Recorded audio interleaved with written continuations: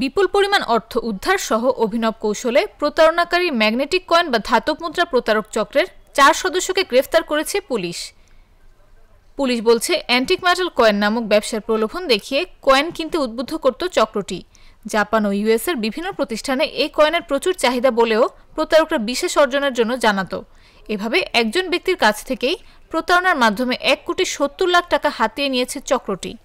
গ্রেফতাররা হলেন ইফতেখার আহমেদ, আবু নাইম মোহাম্মদ ফাইজানুল হক ওরফে ডক্টর নাইম, মোহাম্মদ আব্দুল হালিম তালুকদার কুরাইশি ও আবুল কালাম আজাদ। কয়েক মাস পূর্বে ওনার সঙ্গে যোগাযোগ করে প্রতারক চক্রের একজন সদস্য, যিনি তার ভাড়াটিয়ার মেয়ে, আমাদের কাছে যতটুকু তথ্য আছে, সে ভাড়াটিয়ার মেয়ে তার সঙ্গে যোগাযোগ করে এবং ম্যাগনেটিক কয়েন সম্পর্কে ওনাকে ধারণা দেয় যে ম্যাগনেটিক কয়েন অনেক দামি একটি জিনিস। তো এখানে ম্যাগনেটিক কয়েন সম্পর্কে একজন এক্সপার্টকে তার সঙ্গে পরিচয় করায় দেওয়া হয়। এই এক্সপার্টের নাম হচ্ছে ইফতেখার আহমেদ।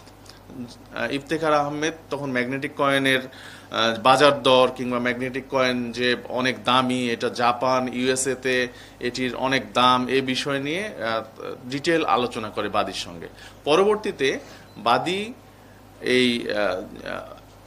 এই প্রতারক চক্রের আরও যে সদস্য রয়েছেন, যে আবু নাইম, আব্দুল হালিম, আবুল কালাম আজাদ, তাদের সাথে নিয়ে এই বাদীর সঙ্গে এই বিটকয়েনের যে দাম কেমন, এটি নিয়ে কেমিস্ট আছে এদের মধ্যে আব্দুল হালিম, উনি হচ্ছে এটির দাম 20 বিলিয়ন ইউএস ডলার বলেন, যেটি আসলে অনেক বেশি।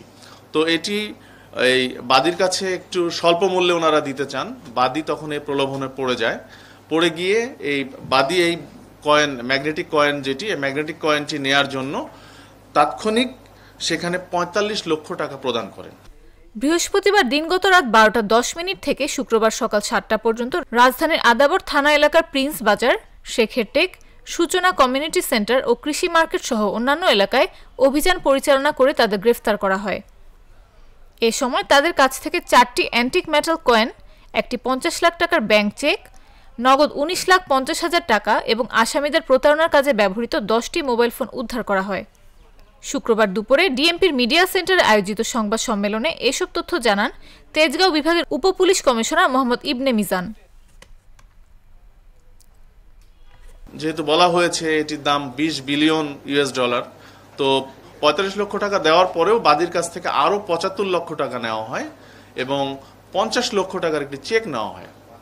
নেওয়ার পরে যখন বাদী পরবর্তীতে এই ম্যাগনেটিক কয়েনটি তাদের কাছ থেকে নেয়ার পরে উনি ওনার নিজস্ব মেকানিজমে পরীক্ষা করেন, তখন দেখা যায় যে এই ম্যাগনেটিক কয়েনটি ভুয়া। তখন তিনি থানা পুলিশের দ্বারস্থ হন।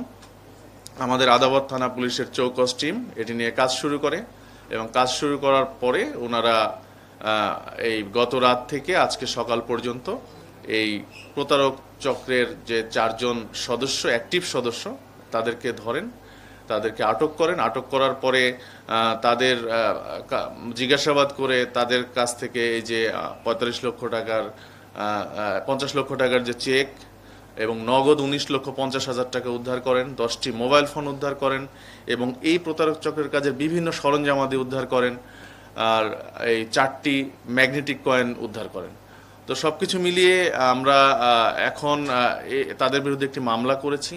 এখন একটু পরে তাদেরকে বিজ্ঞ আদালতে আমরা প্রেরণ করব এবং তাদেরকে জিজ্ঞাসাবাদে তাদের নামে আমরা তাদের পিসিপিআরে আরও বেশ কয়েকটি মামলা পেয়েছি এবং জিজ্ঞাসাবাদে আরও অনেক তথ্য পাচ্ছি যে তারা এরকম কর্মকাণ্ড আরও অনেক জায়গায় এর আগেও ঘটিয়েছে।